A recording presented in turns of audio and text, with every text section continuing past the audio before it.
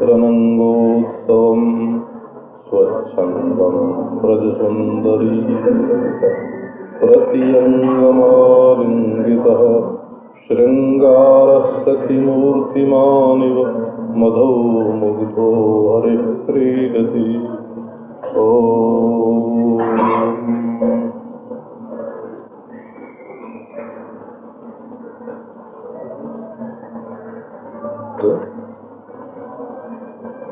प्रेम के आचार्य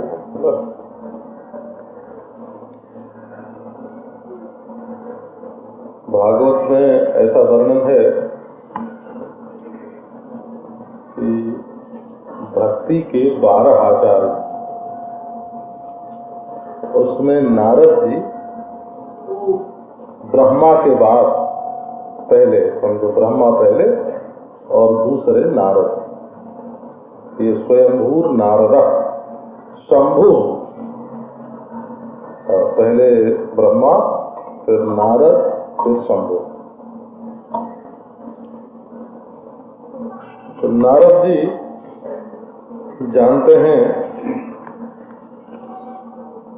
ये जो संसारी लोग हैं ये कठिन साधन में प्रवृत्त नहीं होते, उनको ऐसा चाहिए कि परिश्रम न करना पड़े, पैसा न खर्च करना पड़े, ज्यादा बुद्धि की उलझन न हो, हैं? तब वो और माल बढ़िया मिले।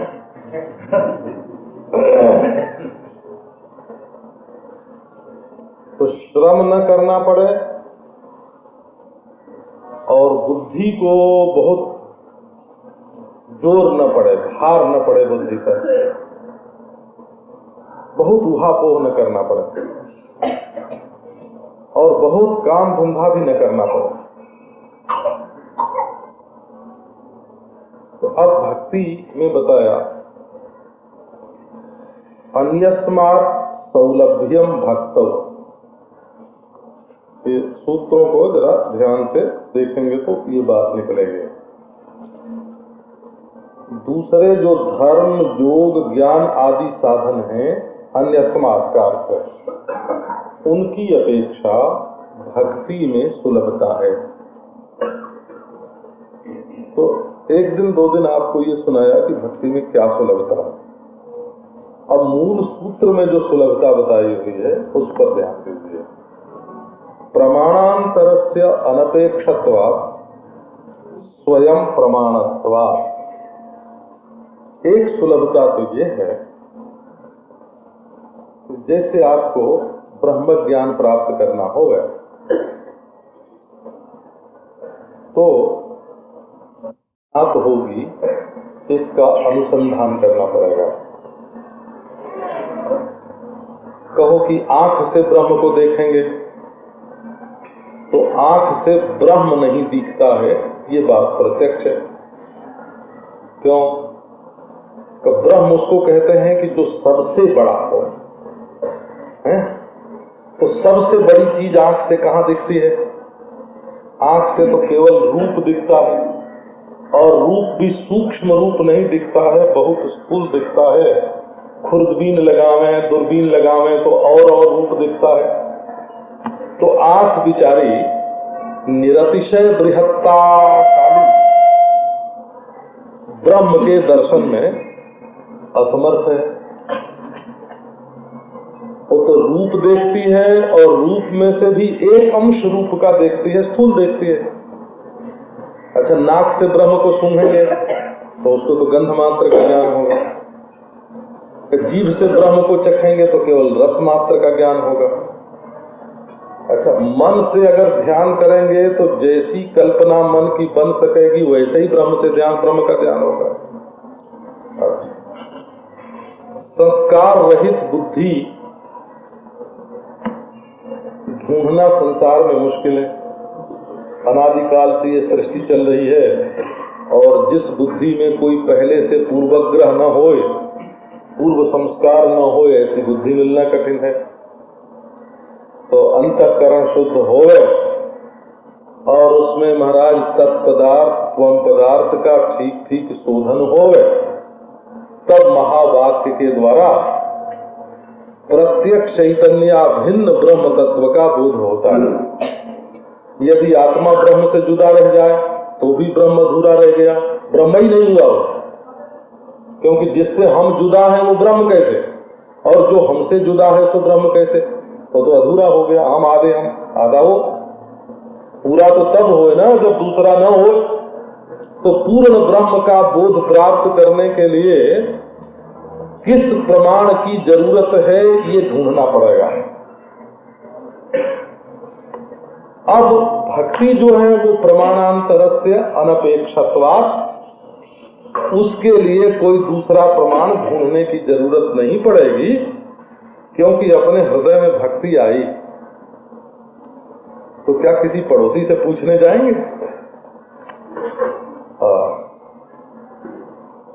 एक धर्मशास्त्र का ग्रंथ है वीर मित्रोदय, बड़ा विशाल ग्रंथ है वो धर्मशास्त्र का, के जो कुछ थोड़े से ग्रंथ हैं, जैसे हिमाद्री है, कृत्यकल्पतरु है, ये उसका मुकाबला कर सकता है। वीर मित्रोदय बड़ा भारी ग्रंथ है, उसमें एक भक्ति प्रकाश है। तो उसमें बताया कि धर्म करेंगे और मरने के बाद स्वर्ग में जाएंगे और वहां बड़े बड़े सुख मिलेंगे। ये बात तो बाबा वो लोग बतावें जो पहले स्वर्ग जाके लौट आए, वहां से लौट के आए तो बतावें। जिस समय हम अपने प्यारे का नाम लेते हैं प्रेम से और हमारा हृदय द्रवित होता है, कंठ गदगद होता है, आंखों से आंसू बहते हैं, शरीर में रोमांच होता है, तो प्रत्यक्ष स्वयं प्रमाणत्वात् उस समय जो हमको जो सुख मिलता है, हृदय में ईश्वर के प्रति प्रेम का अनुभव होने से जो सुख मिलता है, वो सुख कोई समाधि में मिलेगा कि कोई ब्रह्मलोक में जाने पर मिलेगा कि कोई तत्वमस्यादि महावाक्य जन्य अखंडार्थधि से अविद्या की निवृत्ति होने पर मिलेगा? कौन परोक्ष की कल्पना करे? कौन परोक्ष की कल्पना करे? भक्ति तो बिल्कुल साक्षी भाष्य है ना, साक्षी भाष्य स्वसंवेद्य अपने हृदय में, अपने रोम रोम में, अपने रग रग में, अपनी आंख में, अपनी जीभ में, अपने दिल में, अपने दिमाग में प्रकट होने वाली चीज स्वयं प्रमाणत्वात्। इसके लिए प्रमाणांतर की अपेक्षा नहीं है। स्वयं महाराज जब आती है ना तब तो मालूम पड़ जाता है कि आई। अरे भाई अभी हमारे दिल में प्रेम आया कि नहीं आया है? ये सहेली से पूछने मत जाना, है ना? ये पड़ोसी से पूछने की चीज नहीं है। ये तो महाराज हृदय में प्रेमा रोमांचेन चमत्कृता तनुरियम भक्त्या मनो नंदिता प्रेमाश्रूणि विभूषयन्ति वदनम कंठम गिरो गदगदा नास्माकं क्षणमात्रमप्यवसरः कृष्णार्चनं कुर्वता मुक्तिर्द्वारि चतुर्विधाति किनियम दास्याय लोलायते। सारे शरीर में रोमांच है, रोमांचेन चमत्कृता तनुरियम, शीतकार हो रहा है, अपने प्यारे का नाम मुख से निकल रहा है, कंठ गदगद है, सारे शरीर में रोमांच है, प्रेम के आंसू आंखों से बह रहे हैं, क्षण भर का भी अवसर नहीं है, बस मस्ती मस्ती है। अब ये सायुज, ये सारूप, ये सालोक, ये मुक्तियां आ करके बार बार दरवाजा खटखटाती हैं, घंटी बजाती हैं कि हमारी ओर भी ध्यान दो। बोले भाई अभी हमको मौका नहीं, अभी हम अपने प्यारे के ध्यान में लगे। जिसका दिल खाली हो उसके पास जाओ, हमारा दिल भरा हुआ है अपने प्यारे श्याम सुंदर बरी सराय रहीम लखे आप पथिक फिर जाए। प्रीतम छवि नैनन बसी पर छवि कहाँ समाये, प्रीतम की छवि हमारी आंखों में बसी है, दूसरे की छवि कहाँ समाएगी। भरी सराय रहीम लखी आप पथिक फिर जाए, कोई राही आया ठहरने की जगह है, भले ही हमें रहो नाहिन ठौर, नंद नंदन अछत कैसे आनिए और ऐसे। तो इसमें गवाही की जरूरत नहीं है और इसमें दस्तावेज की भी जरूरत नहीं। ये पोथी पन्ने जितने हैं ये सब दस्तावेज हैं बोला, और ये जितने संत हैं सदगुरु हैं ये सब गवाह हैं बोला। न तो इसमें गवाह की जरूरत है, न दस्तावेज की जरूरत है, न जज की जरूरत है? जिसके जीवन में ये आ गया महाराज, बस ऐसे ही जीवन चाहिए। संपद्यता जीविता,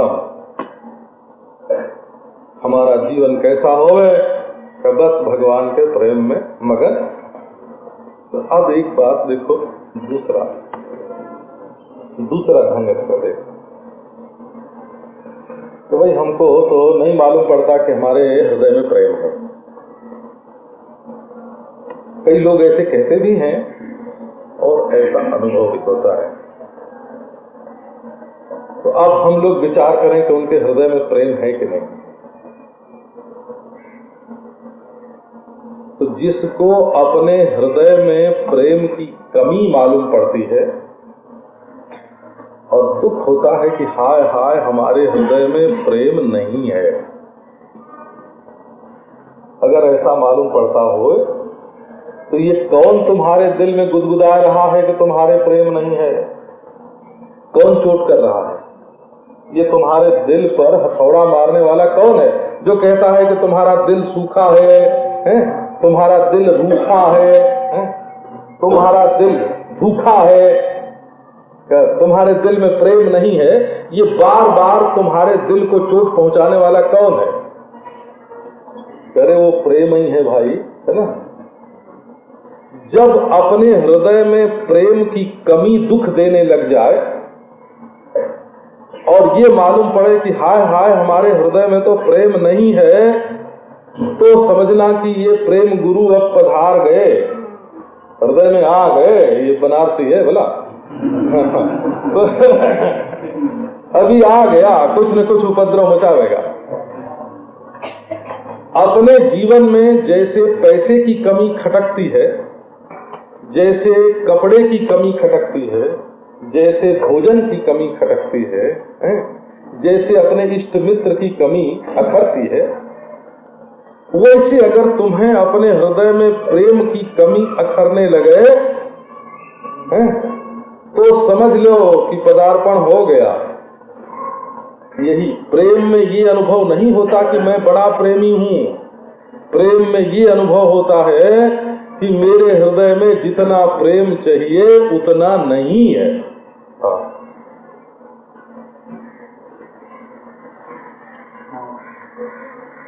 एक तो प्रेम कभी झूठा नहीं होता,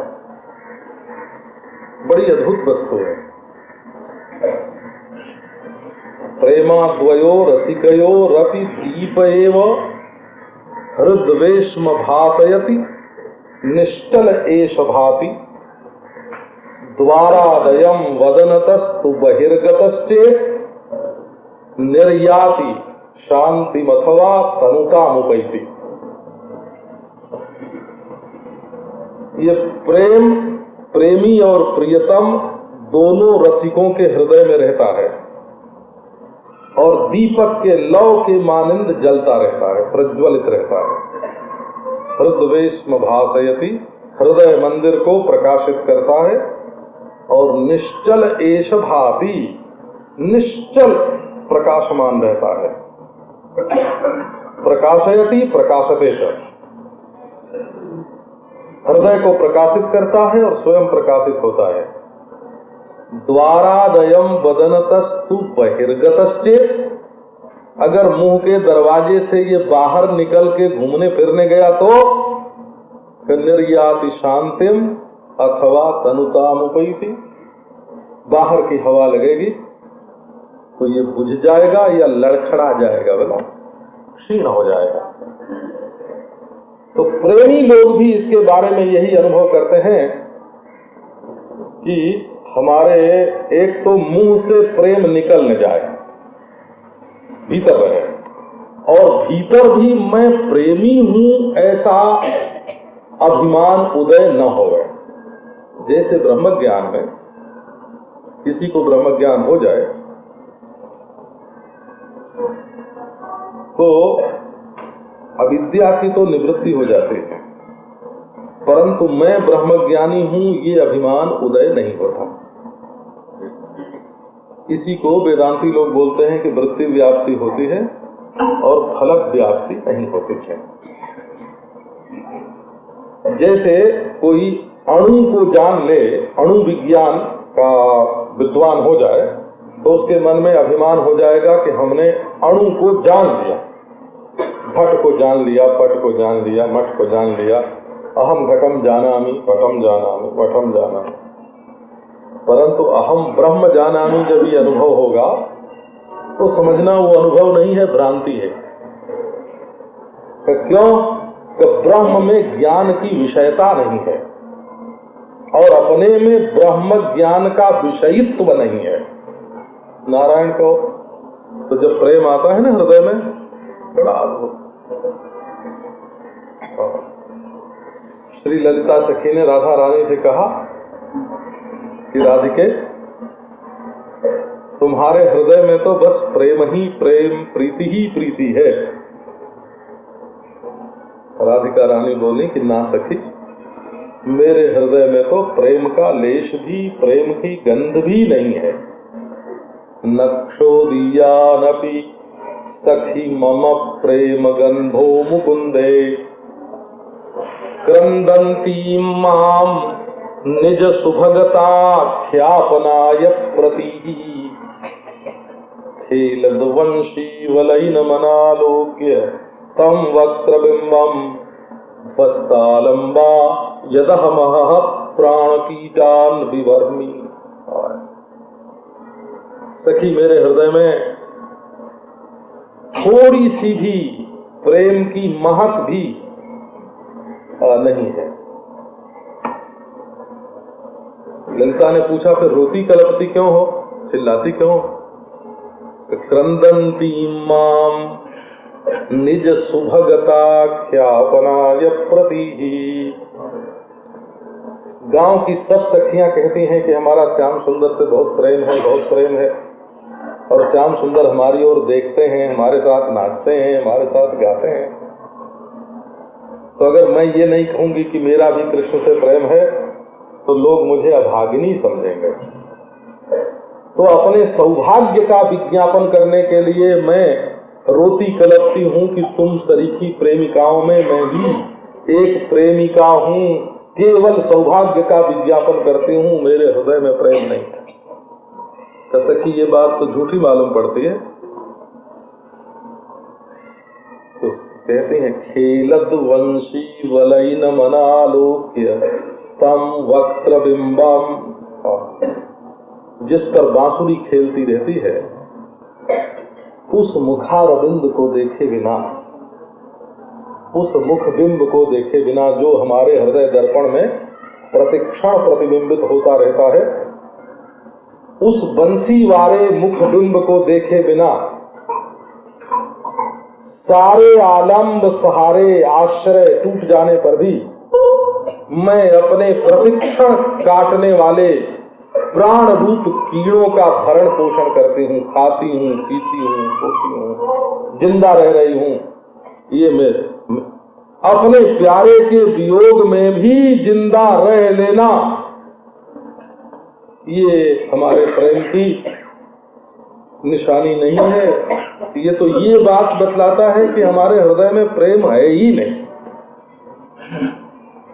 तो ये भी कहने का अभिप्राय ये है कि जब ये काटने लगे न भीतर कि हमारे हृदय में भक्ति नहीं है, हमारे हृदय में प्रेम नहीं है, ये भाव जब अखरने लगे तब समझना कि बस बस धीरे धीरे अब ये है ना, ये धीरे धीरे अंगुली छू के पहुंचा पकड़ने वाला है, वो प्रेम अब हमारे हृदय में उतर रहा है, और जब आता है तब छिपाए छिपतन नैन लगे। जब किसी से आंखें लग जाती हैं तो वो छिपाने से नहीं छिपती हैं, वो ये प्रीति छिपाए नहीं छिपती है। तो तृण परसत परगट भयो, अब गुपुत कौन विधि होए। मंदिर में दीपक जरे हो, बाहर लखे न कोई। सूरदास का पद है, मंदिर में दीपक जरे हो, बाहर लखे न कोई। तृण परसत परगट भयो, और तृण परसत प्रज्वलित भयो, अब गुप्त कवन विधि हो। मंदिर के भीतर, हृदय मंदिर में प्रेम का दीपक प्रज्वलित हो रहा है, किसी को मालूम नहीं, लेकिन एक तृण छू गया, आग लग गई। और जब आग लग गई तब तो बाबा वो गुप्त रखे हैं। सरिता मिली तड़ाग से हो, दीन्ही कूल विदार। नाम मिटो सरिता भई, अब कौन निबेरे बारी। सूरदास जी का पद है। क्या नदी बहती आ रही थी, एक तड़ाग मिल गया, सरोवर मिल गया, तो तट तोड़ दिया। अब सरोवर का नाम मिट गया, केवल नदी रह गई। अब कौन निबेरे बारी। सरोवर का जल कौन है और नदी का जल कौन है, इसको कौन अलग अलग करेगा। प्रीति की रीति बड़ी विलक्षण है, ब्रह्म ज्ञान की रीति बड़ी विलक्षण, तो प्रीति की रीति भी बड़ी विलक्षण। तो महाराज जब ही आता है हृदय में, बोल प्रेम गुरुणा गौरी गण पाठ्यते। ये प्रेम गुरु जब हृदय में आता है तो वो धीरे धीरे सिखा देता है सेवा कैसे करना चाहिए, अपने प्रियतम को खुश कैसे करना चाहिए, उसकी सेवा करने कैसे करनी चाहिए, पूजा कैसे करनी चाहिए। प्रेम ही सिखा देता है कि उसको क्या पसंद है, उसको कौन से फूल पसंद हैं, उसको कौन से तेल पसंद हैं, उसको क्या भोजन पसंद है, उसको क्या रंग पसंद है, उसको कैसे सुलाना है, उसका कैसे पांव दबाना, उसको कैसे पंखा झलना, उसको कैसे चंदन लगाना, उसको कैसे भोजन कराना है, उसको क्या गा के सुनाना। इसी का नाम मानस पूजा है। वो और किसी ने पूछा था कि मानस पूजा कैसे होती है, तो मानस पूजा ऐसे होते हैं। क्या देखो, असल में मनुष्य के हृदय में संसार की बाहरी वस्तु के प्रति बहुत महत्व होती है। अगर खाने को न मिले और मन ही मन खाए तो पेट नहीं भरता ना। तो ऐसी हालत में अगर कोई मन ही मन अपने प्रीतम को खिलावे तो उसको जल्दी संतोष नहीं होगा। बाहर पांव दबाने को न मिले और भीतर मन ही मन पांव दबावे तो मन में संतोष नहीं होगा। लेकिन एक इसकी युक्ति ऐसी है, क्या ये शरीर रहने दो बाहर, एक गुरु का दिया हुआ शरीर अपने मन में भीतर धारण करो, मानसिक शरीर। उसका नाम रख लो सेवा मंजरी है, प्रेम अली है, ऐसा उसका नाम होता है ना। उसकी उम्र है 14 बरस, 15 बरस उसकी उम्र है, बालक है, बालिका है, अपने भाव के अनुसार। अब उस शरीर से भीतर ही भीतर अपने प्रियतम के पांव धोते हैं, इसका नाम पाद्य हो गया।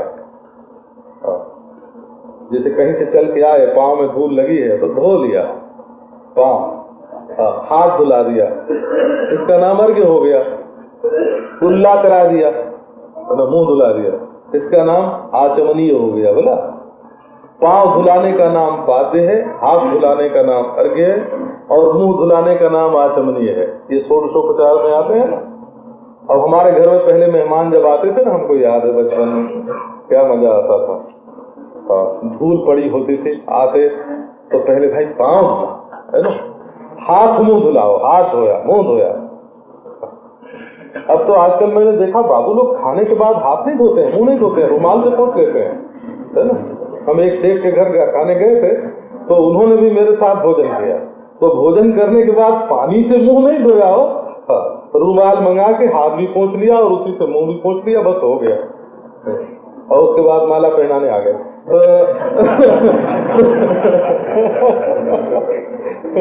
अब भाई विलायती शिष्टाचार में और हिंदुस्तानी शिष्टाचार में तो थोड़ा फर्क पड़ता है।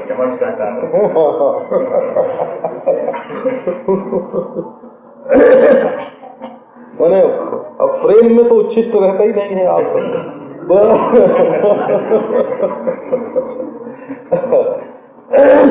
तो हाथ मुंह धुलाना, अब ये चंदन लगाना, अक्षत लगाना, ये हमारा शिष्टाचार है। फूल की माला पहनाना, जहां आदमी बैठे वहां सुगंध करोगे ना, धूप बत्ती जला देना, धूप देना, रोशनी का बंदोबस्त करना कि नहीं, कहो उसका नाम दीपक हुआ। पर दीपक के बाद फिर हाथ धो लिया, फिर भोजन की सामग्री ले आए, उसमें अन्न की सामग्री पहले, रस की सामग्री पहले, जो गीली चीज हो तो पहले, फिर थोड़ी सख्त चीज, अंत में गीली चीज, उसके बाद फल, फिर मुंह धुलाना, ये मन ही मन सब हो। आचमन, उसके बाद मुखवास, इलायची है, लवंग है, तांबूल है, फूगी फल है, उसके बाद विश्राम, पंखा झलना, गाना सुनाना, अपने प्रभु के सामने नाचना, मन ही मन नाचना। और कमरा अगर बंद करके नाच सके आदमी तो शरीर से भी नाचना चाहिए, है ना। हाँ, उससे फिर शरीर में रोग भी नहीं आता है। भगवान के सामने नृत्य करना, उनको सुलाना, उनका पांव दबाना, उनके चरणों को अपने हृदय में धारण करके सो जाना। भाई तो भाव के अनुसार, बालक हो तो अपनी गोद में सुला लेना, मित्र हो तो उनके हृदय से लग के सो जाना है, अपने स्वामी हो तो उनके चरणों को अपने हृदय से लगाना, और अपने पति हो तो प्रेम से उनके साथ सो जाना। ये भाव के अनुसार प्रीति में जैसे बाहर अपने संबंधी की सेवा की जाती है, ऐसे अपने मन में, और प्रत्येक काम करते समय अगर नाम लेते जाए ना, कृष्ण कृष्ण कृष्ण कृष्ण कृष्ण कृष्ण नाम लेते जाएं, बहुत बढ़िया। तो ये भक्ति जब हृदय में आती है तो इसकी सुलभता बताते हैं। स्वयं प्रमाणत्वात् कहने से तो ये अभिप्राय हुआ कि अब इसमें षडलिंग निर्धारण के द्वारा उपक्रम उपसंहार की एकता, अभ्यास, अपूर्वता, फल, अर्थवाद, उपपत्ति, इनके विचार के द्वारा यहाँ तात्पर्य निर्णय की जरूरत नहीं है। स्वयं प्रमाणत्वात् का अर्थ है तात्पर्य निर्णय करने के लिए यहाँ कोई उपनिषद का ऊहापोह करने की जरूरत नहीं है। अरे प्रीति तो रहती है अपने मन में, और प्रीतम रहता है अपने मन में। संबंध जितने होते हैं सब मन में होते हैं, और मन से की सेवा और डूब गए, उसी में तन्मय हो गए।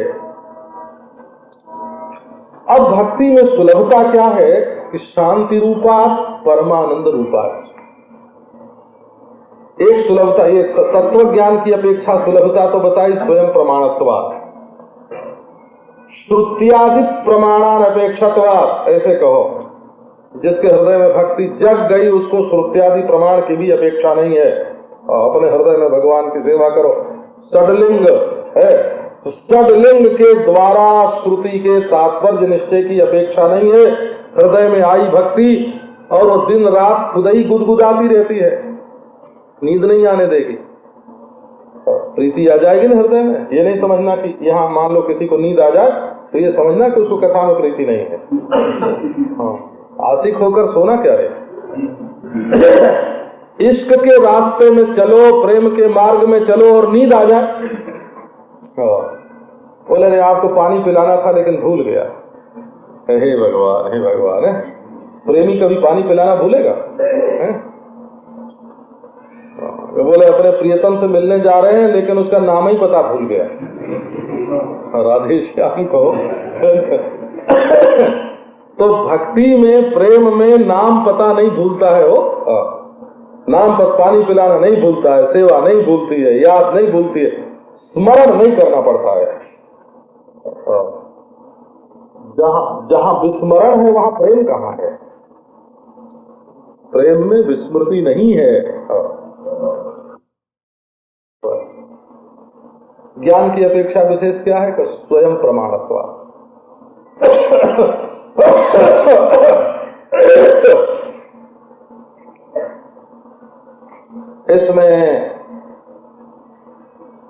इसमें क्या अंतःकरणावच्छिन्न चेतन जो है वो कूटस्थत्वम पदार्थ है, और समष्टि अवच्छिन्न चैतन्य जो है वो शुद्ध साक्षी है, और असी के द्वारा दोनों की एकता बताई गई है ना। ये सब अनुसंधान करने की जरूरत नहीं। स्वयं प्रमाणत्वात् भक्ति तो हमारे हृदय में खेल रही हो, लीला कर रही है, और हमारे प्रभु के सामने नाचती है। भक्ति नाचती है, भक्ति नाचती है, भक्ति गाती है, भक्ति कभी लड़ लेती है, झगड़ लेती है, और भक्ति कभी रो लेती है, परंतु भक्ति भक्ति रहती है। भक्ति का स्वभाव ही है। जिस चित्त में प्रीति का उदय होता है उसको पहले विश्वास से दृढ़ कर देती है, विश्रम्भम जनयति। ये भक्ति का पहला काम ये है कि जिस चित्त में उदय होती है उसमें दृढ़ विश्वास को जन्म देती है, और प्रियतमाकारम प्रणयति, विश्रम्भम जनयति, दृढ़ विश्रम्भ को जन्म देती है, विश्वास देती है, और फिर प्रियतम के आकार का निर्माण करती है हृदय में, और स्निह्यति, स्नेहयति, चिकना कर देती है, हृदय को द्रवित कर देती है घी की तरह। और कभी कभी जैसे घी कठोर हो जाता है ना, वैसे कभी कभी मान उत्पन्न कर देती है, और कभी कभी उसमें रंग भर देती है, राग, कभी कभी अनुराग, महानुभाव, महाभाव, अधिरूढ़ महाभाव, दिव्योन्माद, मधुपकितव बंधो मास्त्र सांग्रम सपत्न्याः भाग्य, वो दिव्य उन्माद प्रकट कर देती है ये भक्ति। चित्र जल्प, विजल्प, संजल्प, अनेकों प्रकार की वाणी है भक्ति की वाणी लक्षण। अब यहाँ देखो धर्म की अपेक्षा क्या विशेषता है? शांति रूपा। धर्म में शांति नहीं है। ये धर्म की निंदा करने के लिए नहीं बोलते हो, और कभी धर्मानुष्ठान करो तब पता चले।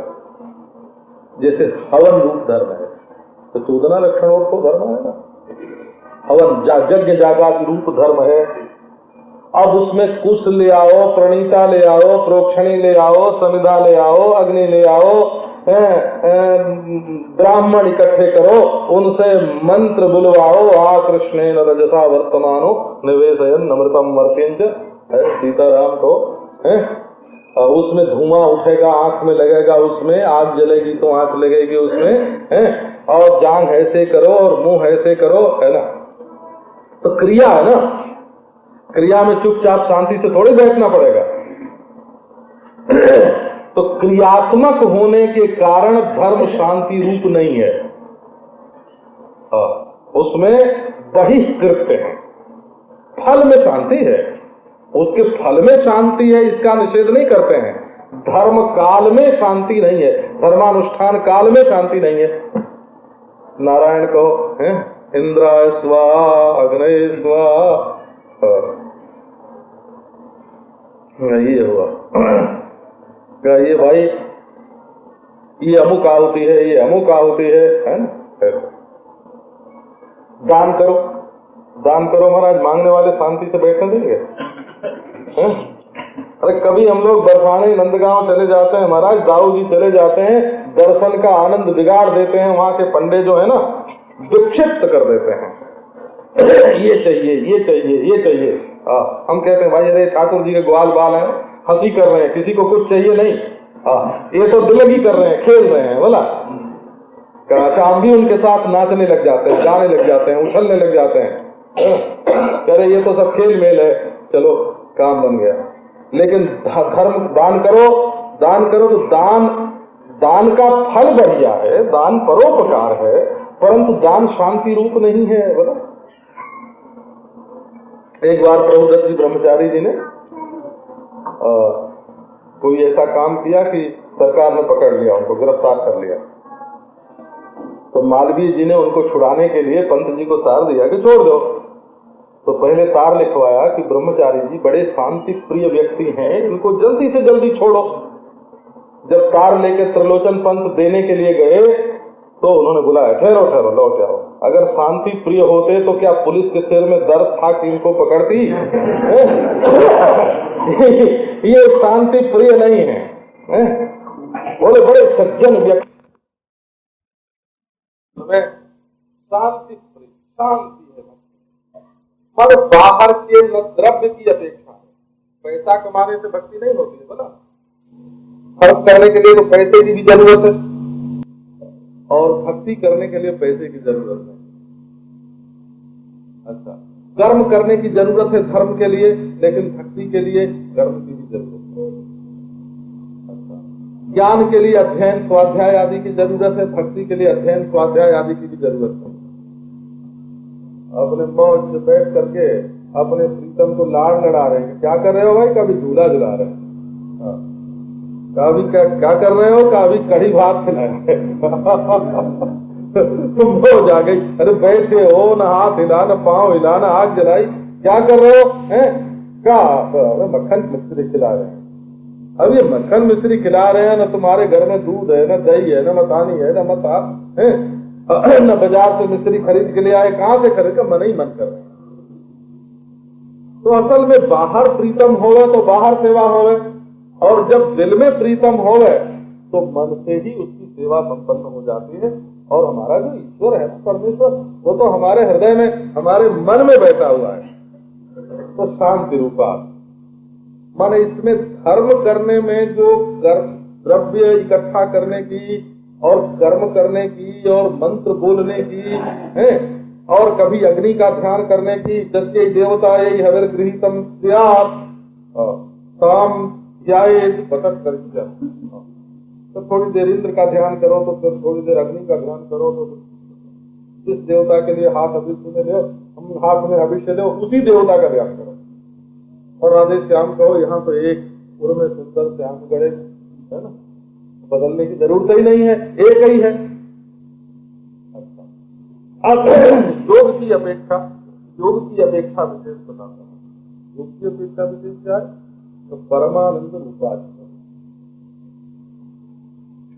तो ज्ञान में तो प्रमाण का ऊहापोह, और धर्म में क्रिया और द्रव्य और उच्चारण आदि अशांति है। और योग में वृत्ति का निरोध होने से आनंद का उपभोग नहीं है, परंतु ये भक्ति जो है ये तो परमानंदमयी है,